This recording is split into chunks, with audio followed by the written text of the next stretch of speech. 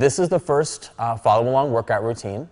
So pay really close attention to how we're doing the exercises and not overstraining or overstressing your body.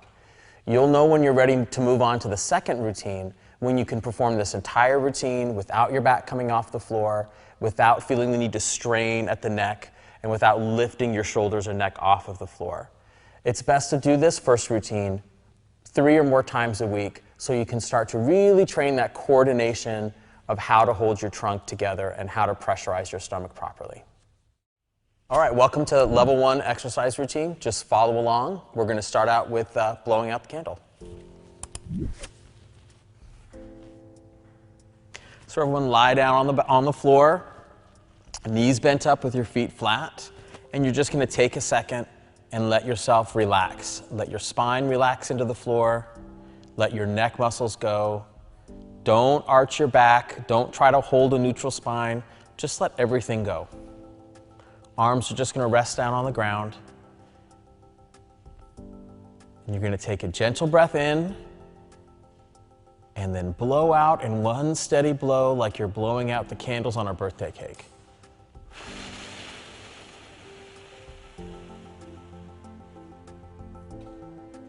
As you blow out and as you get to the bottom of that breath, you're going to notice that your ribs begin to drop. And that's exactly what should be happening. Don't try to force them to go down, and don't pinch your stomach closed. One more time. Gentle breath in, and then blow out. One steady blow. Feel the ribs dropping. Good. I'm gonna walk around, see how you guys are doing. Keep it nice and steady, blowing out. Don't pinch in the stomach. Really nice, really good to get those ribs to drop. Deep breath in, good. And then again, blow out gently, easily. Don't force it. Don't squeeze your abdominals. Good job.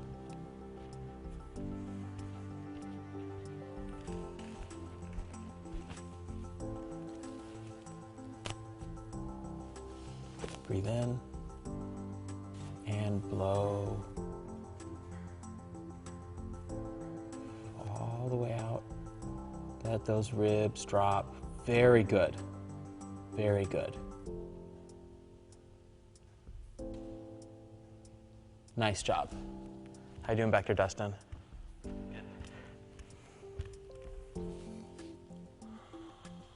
Excellent job. Dustin is doing a very good job at making sure those ribs come down.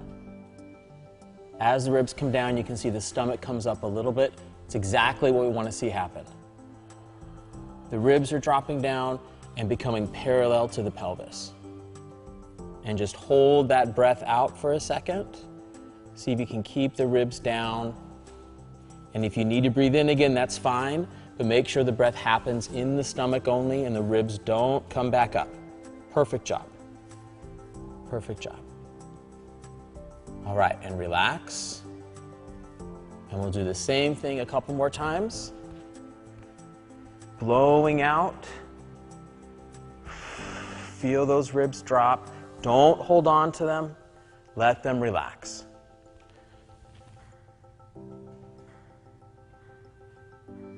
One last time. Blow out.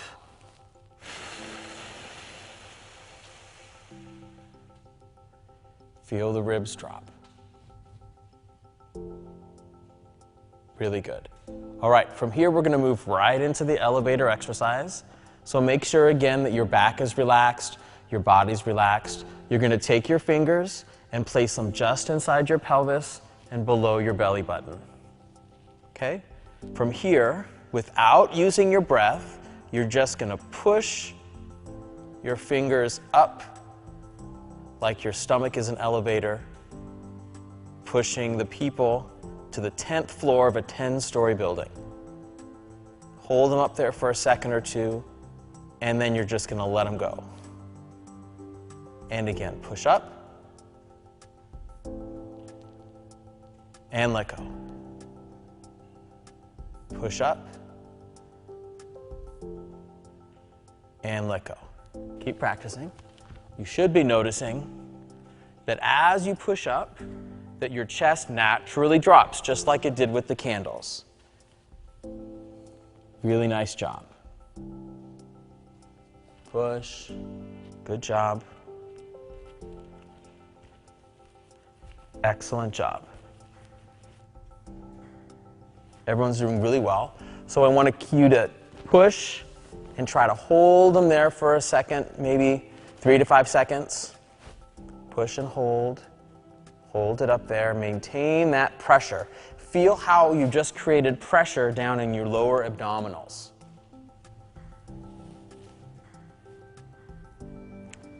Really good. And relax. And repeat. So this elevator exercise where we create that pressure in the abdomen, we're going to use throughout the entire rest of the routine and all the future routines. It's really important to master that skill. So this next exercise, we're going to incorporate our arms. So we're starting with the elevator. So push that elevator up, but instead of going to the 10th floor, this time I just want you to go to the 5th floor. So you're going to give about 50% of the force that you were doing before. And you're going to hold the elevator at the 5th floor, and you're going to lift your hands so they're pointing toward the ceiling. Good. Keeping the shoulders relaxed to the floor. Your elbows should be loose. They should not be rigid. Hands should be loose as well, not rigid. Keeping the pressure at 50% in your stomach. Then you're going to let the arms come up over your head without the ribs lifting. And you're going to return them back to the ceiling.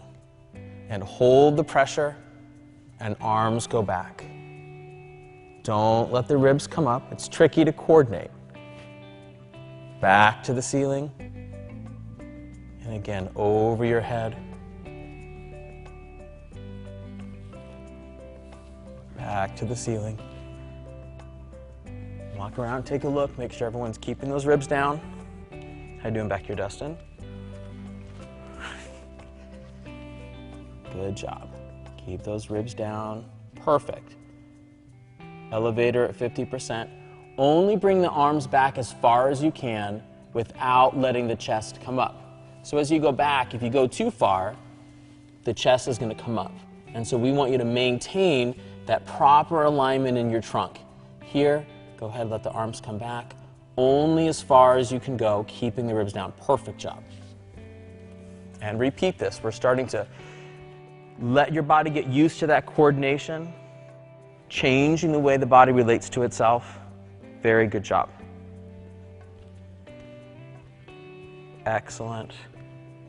Good. Very good job. Holding that pressure the whole time. Go back one more time with the arms. Perfect. All right, everyone's doing great. You can relax that pressure in your stomach. Give yourself a break for a second. Good. And now we're going to move on to the legs.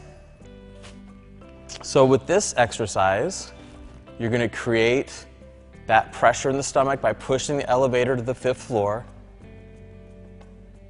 Good. And you're going to lift one leg up. And as you lift your leg, we want that knee to move slightly out to the side. We don't want the knee to be pointing toward the chest, slightly outside the shoulder. Keeping the pressure, and then we're going to lower it down. And we're going to repeat it on the other side. Lift the other leg, keeping the pressure, keeping that elevator, allowing the ribs to stay in place, and then come back down.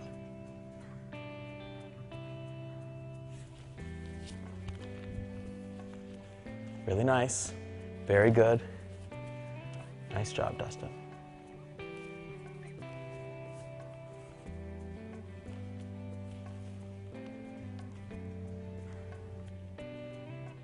Good. A couple more times each side.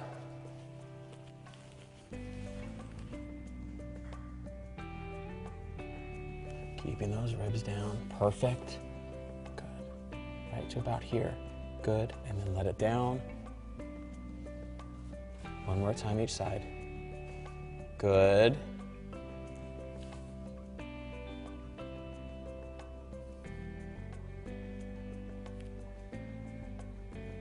Excellent. Bring the legs down, but keep the pressure, and we're gonna move right into the second exercise. So keep that pressure, lift one knee up, and I want you to hold it suspended there. Keep the pressure in the stomach and the ribs down, and then you're gonna lift the other knee without losing that pressure. You should not allow your ribs to come up. You shouldn't allow your back to arch away from the floor, and just hold right there. Hold it right there, keeping the pressure out. Very nice job. Now one foot comes down, keeping the pressure. Don't let the ribs come up. And then the other leg goes down. Very good. And one leg comes up. And the other leg. Good. One more time. One leg down.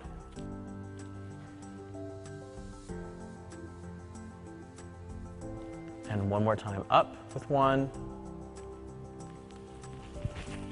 Up with the other. Good. And then down with one. Down with the other. And relax. Good. All right, next exercise, we're going to work on moving our head. Again, keeping the pressure. So we're going to maintain the pressure in our stomach, bring that elevator to the 5th floor, make sure the ribs stay down.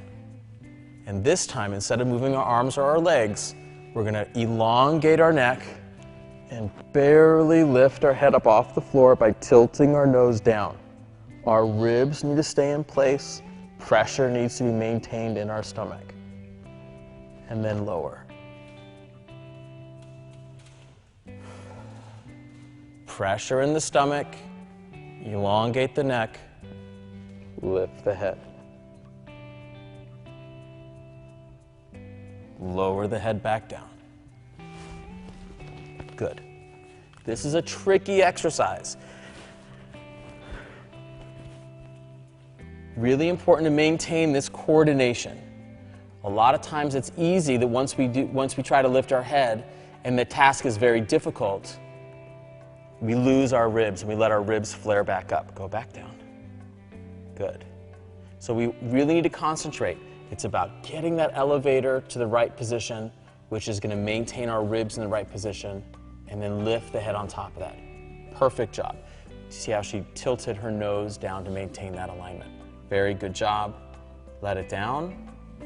This is a tough one, so let's just do a couple more before we do our last exercise. Very good job. All right, heads down. We're going to go back to our starting position. We're going to generate the pressure in our stomach, so we're going to go to the 5th floor with that elevator. We're going to lift our arms up so they're pointing to the ceiling. We're going to lift one leg up, lift the other leg up. This position is called the 3-month position because when we're 3 months old, this is what we should be able to do. This is what 3 months are able to do in terms of holding their trunk in control and bringing their legs and their arms into the picture. So from this position, we're just going to roll side to side.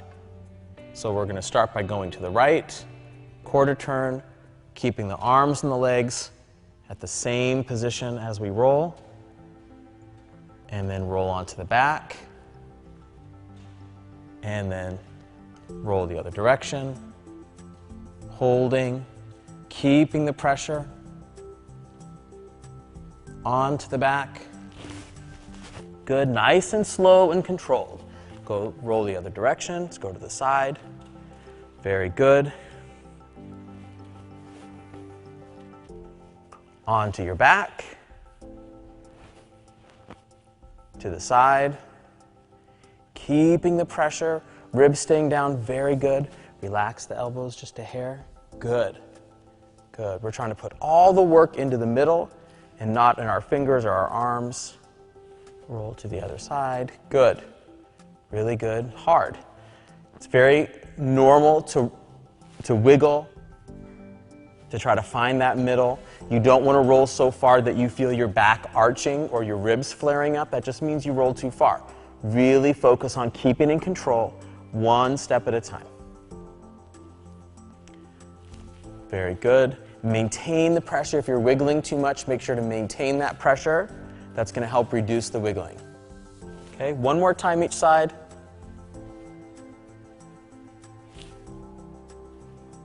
Good, onto your back. And then go to the other side. Really nice job. Onto your back. And relax. Excellent. That's it for the first routine. Practice this at least 3 times a week to really build up those coordination skills, build your control, build your awareness of your middle so you know when you're making mistakes. And when you're able to do all of this without letting your back come up and do this proficiently, you'll be ready for level 2.